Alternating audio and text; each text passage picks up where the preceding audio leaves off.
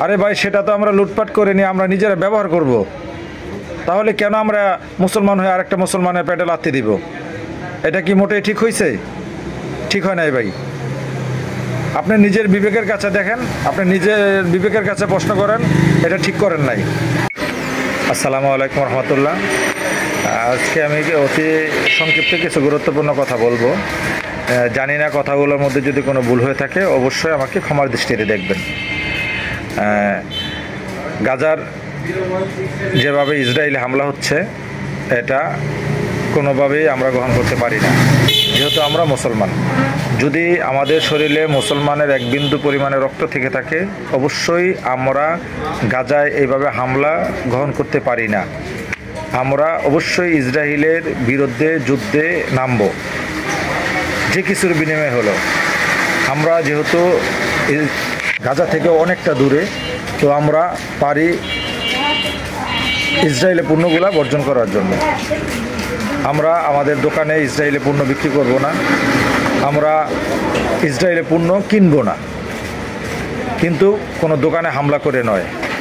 এই যে আজকে আমরা দেখলাম কিছু বাটা শোরুমে বা আরও কিছু কিছু দোকানে, কিছু প্রতিষ্ঠানে হামলা হয়েছে, ভাঙচুর হয়েছে, লুটপাট করে এটি নিয়ে যাচ্ছে।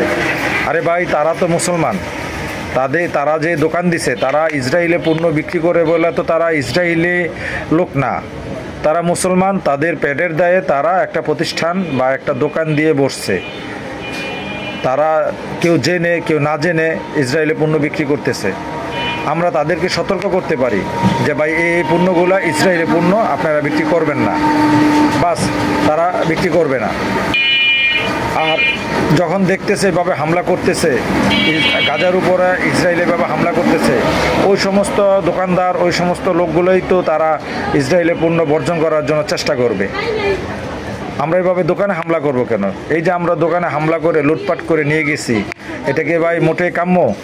এটা তো আমরা মুসলমান হয়ে মুসলমানের পেটে লাথি দিচ্ছি। ভাই, এটা আসলে ঠিক হয় নাই। আমরা অবশ্যই এটা থেকে বিরত থাকব। যদি আমার কথার মধ্যে কোনো প্রকার ভুল হয়ে থাকে ভাই, আমাকে ক্ষমা দৃষ্টিতে দেখবেন। কারণ হলো, আমি কিছু কথা কড়াভাবে বলছি। যদি আমরা ইসরায়েলের পণ্য বর্জন করি তাহলে কেন আমরা দোকানে লুটপাট করে নিয়ে যাব? আরে ভাই, সেটা তো আমরা লুটপাট করে নিয়ে আমরা নিজেরা ব্যবহার করব। তাহলে কেন আমরা মুসলমান হয়ে আরেকটা মুসলমানের পেটে লাথি দিব? এটা কি মোটেই ঠিক হয়েছে? ঠিক হয় নাই ভাই। আপনি নিজের বিবেকের কাছে দেখেন, আপনি নিজের বিবেকের কাছে প্রশ্ন করেন, এটা ঠিক করেন নাই। আমরা তো ইসরায়েলের বিরুদ্ধে যুদ্ধ ঘোষণা করছি, তাহলে কেন আমরা দোকান লুটপাট করে তাদের জিনিস আবার আমরা ব্যবহার করব? এটা ঠিক হয় নাই ভাই। ভালো থাকবেন। আসসালামু আলাইকুম ওয়া রাহমাতুল্লাহি ওয়া বারাকাতুহু।